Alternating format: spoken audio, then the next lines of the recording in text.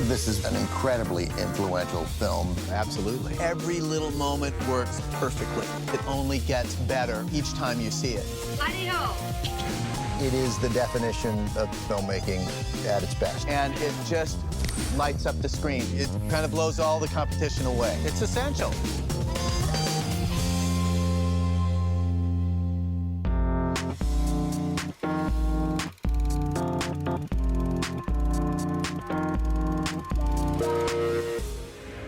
Do we rest here?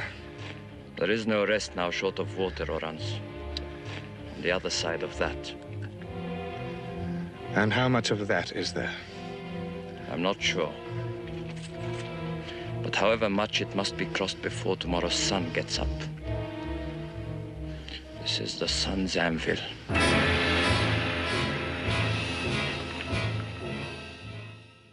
One of the words, Brad, that I try not to use too much in the introductions at TCM is epic, because sometimes we have a tendency to refer to too many movies as an epic. Yeah. This, Lawrence of Arabia, this counts. This is an epic. This is the definition of epic. And it's a film that everyone who sees it should see it again on a giant screen, because it really defines what all of those films are about. It has a sense of scale and that is rare. What gives it that sense of scale? Well, I think the fact that it's set in the desert, which is in and of itself sort of magnificent, at least the way Freddie Young photographs it, you know, with David Lean, you know, leading the charge.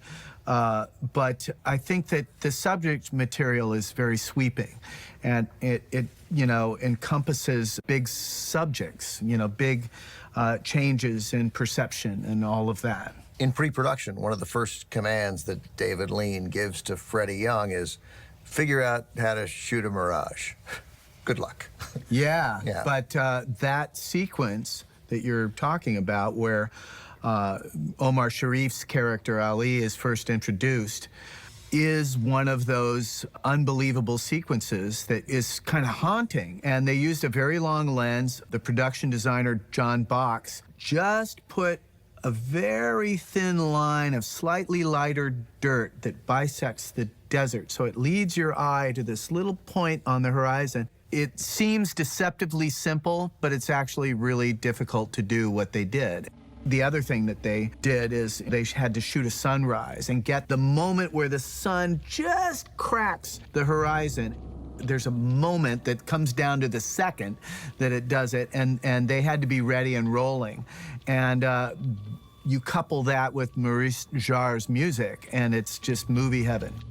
Let's talk a little bit about Peter O'Toole. Not the first choice, Albert Finney landed the role, did a screen test that dazzled the producer Sam Spiegel, dazzled David Lean less, but he accepted Finney. And then Finney left after a couple of weeks, walked away because he didn't want to sign a long contract, or got fired, don't really know.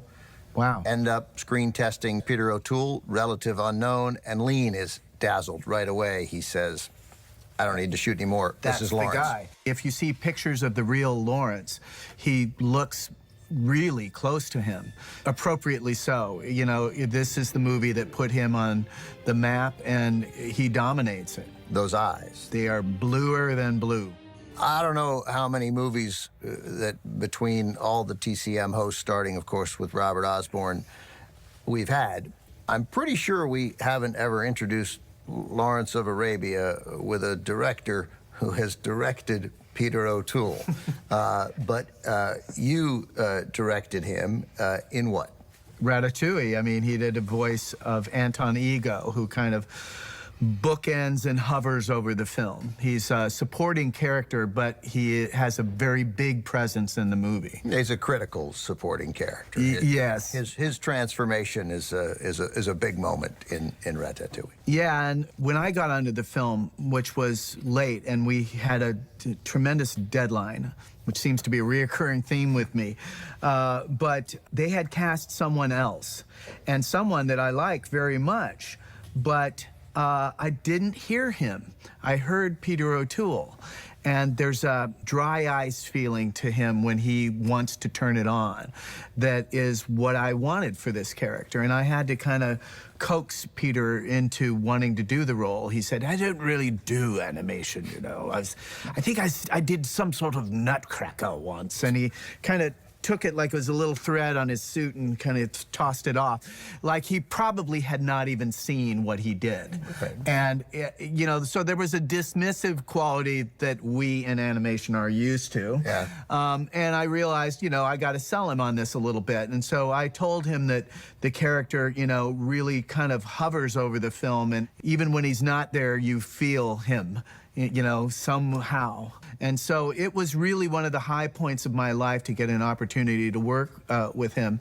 And I had been a fan ever since I saw this movie. All right, Brad, thanks very much. Let's watch the movie. Here it is from 1962 with Peter O'Toole, Alec Guinness, Omar Sharif, Anthony Quinn, and Claude Rains, Lawrence of Arabia.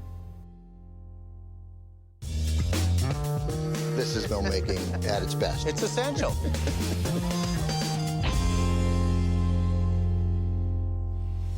Lawrence of Arabia took so long, this can't happen very often, that in between scenes, while they were still working, Alec Guinness, Anthony Quayle, and Anthony Quinn all left and did complete movies inside of their time spent on Lawrence of Arabia. I didn't know that. That's great. That's perfect. While Lean was waiting for the perfect cloud. Yeah. Anthony Quinn made Requiem for a Heavyweight, one of the great boxing movies of all time. Yeah. Well, this movie is really influential to me. Even when I was young, there was a power to the images that stayed with me. And, you know, it also, like 2001, has one of the best cuts in movie history, which different people claimed ownership of. You know, Robert Bolt said that he wrote it in the script. Lean said that it was his moment. But it's that moment where Peter O'Toole holds the match and then blows it out and it cuts to the desert. That moment, I was dazzled by it and wondering, why does it work so well? And so I studied it. I mean, I had it on, you know, this is gonna be older, but a Laserdisc, and I was like looking at it going, why does this work so well? It's such a simple cut, but it works better than most things in movies. Why? And I realized it's because O'Toole holds the match for a while and directs your eye. Your eye goes from the widescreen down to O'Toole and the match down to the flame. Because he concentrates on it so much, you start looking at it. Then when he blows it and the whole image goes wide again, it feels like you're leaning forward and suddenly being jerked back. And it's incredibly effective filmmaking. One actor we ought to mention, you know, if you're going to pick 20 great movies throughout the history of cinema, Claude Rains has a way of working his way. Yeah, he finds his way in, and he's great here. And he is, and he has this blasé sort of cynicism that is really charming, and I don't think anyone could do it any better than he does it. Big things have small beginnings, sir. There's this sort of benign but viper-like thing happening, you know. Claude Rains owns that particular brand of cynicism.